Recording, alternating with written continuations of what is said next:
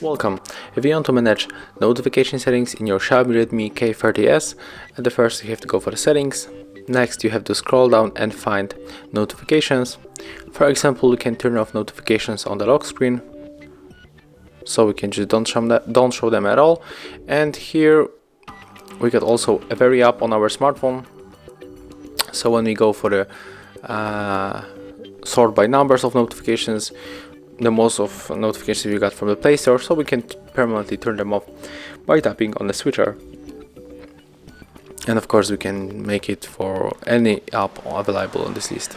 So that's how it looks. Thank you guys for watching. Leave thumbs ups, comments and subscribe to our channel.